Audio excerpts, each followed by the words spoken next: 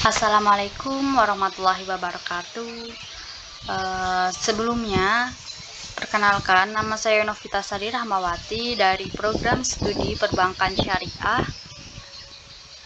Pada kesempatan kali ini saya akan menjelaskan langkah-langkah untuk melakukan uji asumsi klasik regresi linear sederhana menggunakan aplikasi SPSS. Bisa teman-teman lihat di sini sudah ada contoh soalnya, yaitu diamati contoh acak 10 perusahaan yang memproduksi laptop dari bulan Januari sampai Oktober tahun 2015. Kemudian dicatat pengeluaran iklan dalam miliar dan profit dalam miliar. Ingin diketahui apakah ada pengaruh antara biaya iklan dengan profit perusahaan tersebut. Bisa teman-teman lihat di samping sini sudah ada data yang nantinya akan kita uji. Oke, yang pertama kita akan melakukan uji linearitas. Sebelumnya data yang tadi ada di PPT sudah saya salin ke aplikasi SPSS. Langsung saja kita masuk ke langkah-langkahnya. Pertama kita klik analis, kemudian compare mean, pilih mean, masukkan iklan dan profit ke dua tabel ini. Kemudian pilih option dan centang bagian test for linearity, pilih continue dan oke.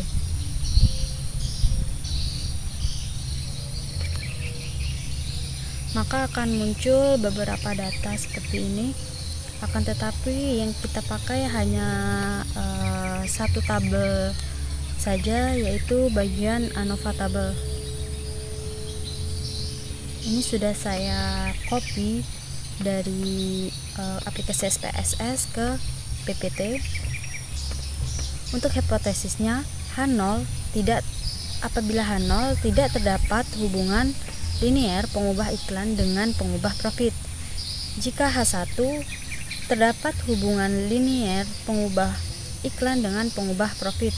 Untuk kriteria pengujiannya sendiri, H0 ditolak jika nilai sig deviation from linearity lebih dari 0,05. Nah, bisa teman-teman lihat bahwasanya nilai dari sig-nya itu lebih dari 0,05 karena nilai dari deviation from linearity-nya ini atau nilai sig-nya ini adalah 0,967. Maka berdasarkan output nilai sig tersebut, maka H0 ditolak, yang artinya terdapat hubungan linear pengubah iklan dengan pengubah profit. Karena kan tadi sudah jelas ya bahwasanya deviation from linearity ini lebih besar daripada 0,05 gitu. Kemudian kita akan lanjut ke uji yang kedua, yaitu ada uji normalitas. Kita masuk lagi ke SPSS. Untuk melakukan uji normalitas, pertama kita akan mencari terlebih dahulu residunya dengan cara masuk ke analis, kemudian pilih regression linear,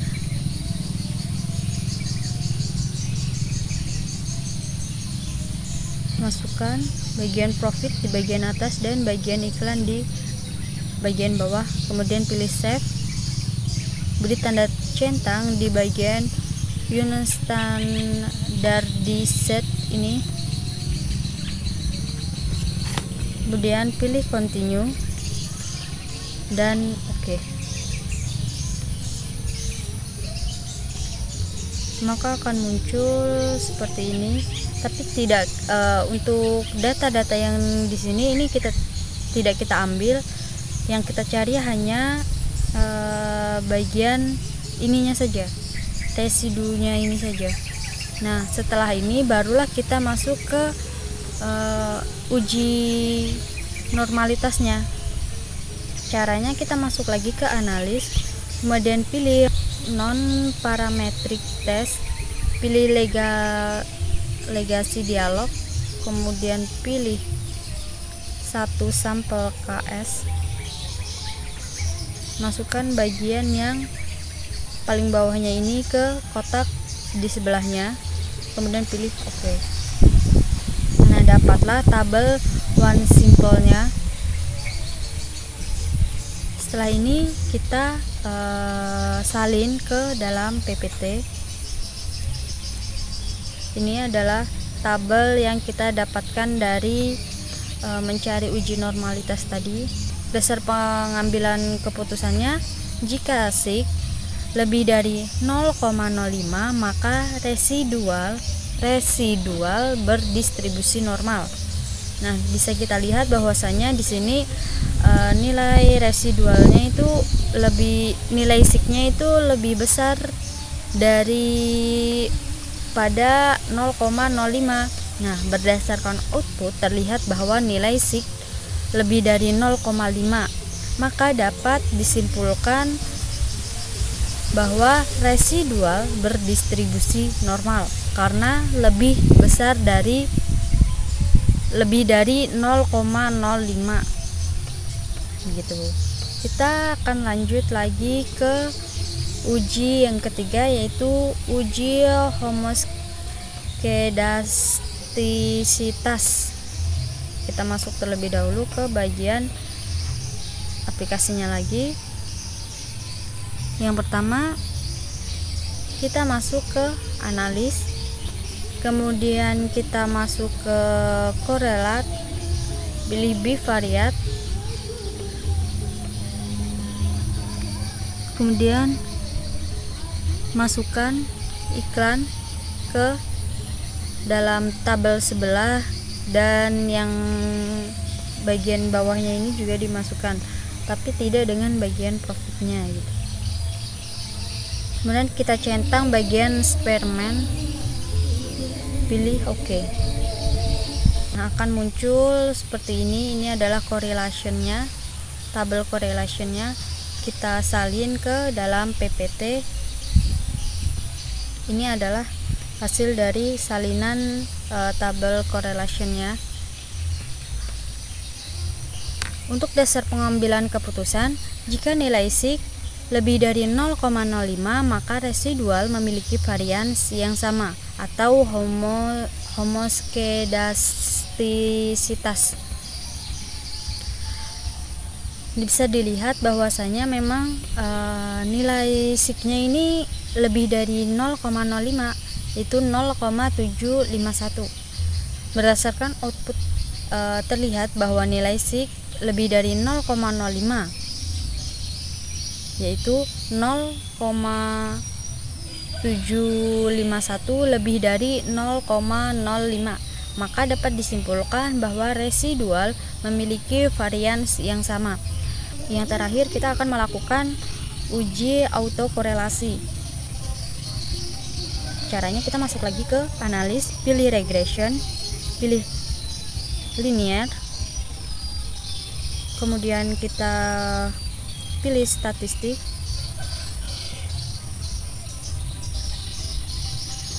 centang bagian Darwin-Waston, kemudian continue.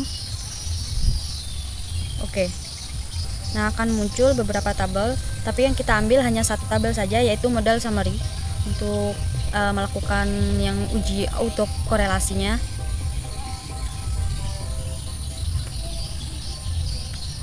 Nah, ini model summary yang sudah disalin dari SPSS. Untuk pengujian untuk kriteria pengujiannya kita ada 3 kriteria. Yang pertama, jika D kurang dari DL atau D lebih dari 4 kurang DL, maka terdapat autokorelasi. Jika DU kurang dari D kurang dari 4 kurang DU, maka tidak ada autokorelasi. Kemudian jika DL kurang dari D dan D kurang dari DU, maka tidak menghasilkan kesimpulan pasti. Nah, untuk tabel ini kita bisa bisa mencari di Google juga ada. Untuk keterangannya di sini K adalah jumlah variabel bebas atau X. Nah, di sini kan bisa diketahui bahwasanya nilai X itu hanya ada satu, maka kita pilih K1 karena jumlah variabel bebas X itu hanya ada satu. Kemudian N-nya itu 10 karena banyak data dari data ini adalah berjumlah 10, maka N itu sama dengan 10. Jadi kesimpulannya, berdasarkan output terlihat bahwa nilai DU kurang dari D dan D kurang dari 4 min DU. Jadi 1,3197 ini bagian DU kurang dari 2549 kurang dari 648. Maka dapat disimpulkan bahwa tidak ada korelasi antara suatu periode T dengan periode sebelumnya.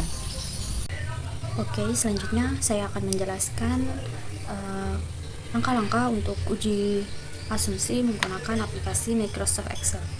Pertama, pastikan terlebih dahulu bahwa Excel kalian sudah memiliki data analis. Bisa dilihat di data, kemudian ada di pojok kanan atas data analis. Langsung saja kita masuk ke langkahnya. Pertama kita cari regression, kemudian pilih OK, kemudian masukkan datanya, input data Y dan data X nya, data Y dan data X, kemudian centang label dan confidence level, kemudian pilih output range, pilih dimana kita akan meletakkan hasilnya. Nanti kita akan letakkan di sini saja, kemudian oke. Nah, di sini bisa kita lihat, akan saya tandai terlebih dahulu bagian-bagian mana saja yang akan dijadikan analisis. Nah, ini sudah saya tandai. Bisa dilihat bahwa di sini 90% variasi X dapat menjelaskan SIG, atau 90% iklan dapat menjelaskan variabel konsumsi. Kemudian untuk secara keseluruhan, pertama kita rubah terlebih dahulu signifikannya ini ke desimal. Kita ambil 4 angka di belakang koma. Nah, hasilnya 0, berarti jauh dari 0,05. Berarti iklan memiliki pengaruh secara bersama-sama terhadap konsumsi. Jadi iklan ini berpengaruh terhadap konsumsi. Kemudian kita akan melakukan uji T. Kita rubah terlebih dahulu yang p-value ini ke desimal, format cell, pilih number, ambil 4 digit saja, kemudian oke. Kita lihat juga bahwasanya secara individu iklan memiliki pengaruh terhadap konsumsi. Jadi dapat disimpulkan bahwasanya iklan ini memiliki pengaruh terhadap konsumsi. Selanjutnya kita akan melakukan uji korelasi. Pertama kita masuk ke data analis, kemudian pilih correlation, masuk, kemudian kita masukkan nilainya ini.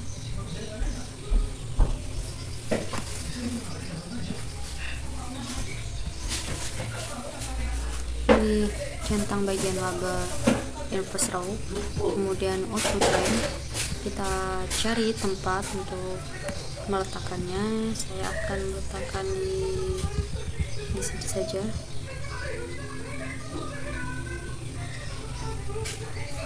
Kemudian oke. Nah, dapatlah hasilnya. Ini bisa dilihat bahwasanya di sini semua nilainya itu lebih dari 0,05. Jadi kesimpulannya adalah dari data ini terdapat indikasi korelasi. Selanjutnya kita akan melakukan uji homoskedastisitas. Yang pertama-tama kita akan mencari residualnya terlebih dahulu. Caranya yaitu kita masuk ke data analis, kemudian pilih regression,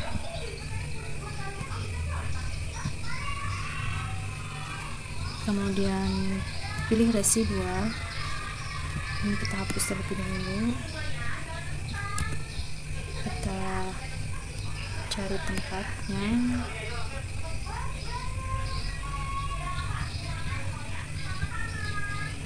Kita taruh di sini.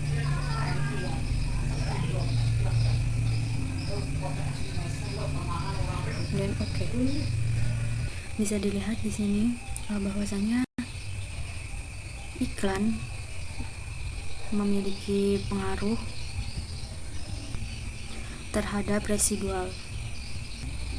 Jadi kesimpulannya adalah pada data ini terjadi homoskedastisitas dalam model ini. Jadi apabila dibandingkan antara menggunakan Excel dan menggunakan aplikasi SPSS, maka menurut saya itu lebih mudah menggunakan aplikasi SPSS daripada menggunakan Excel, karena kalau kita menggunakan Excel itu jauh lebih rumit ketimbang kita menggunakan SPSS. Begitu. Demikian penjelasan yang dapat saya berikan. Apabila ada salah kata dalam penjelasan, saya mohon maaf sebesar-besarnya, karena saya juga masih proses untuk memahami dan juga proses belajar seperti itu. Jadi mohon dimaklumi untuk teman-teman semuanya. Sekian dari saya. Wabillahi taufiq wal hidayah. Wassalamualaikum warahmatullahi wabarakatuh.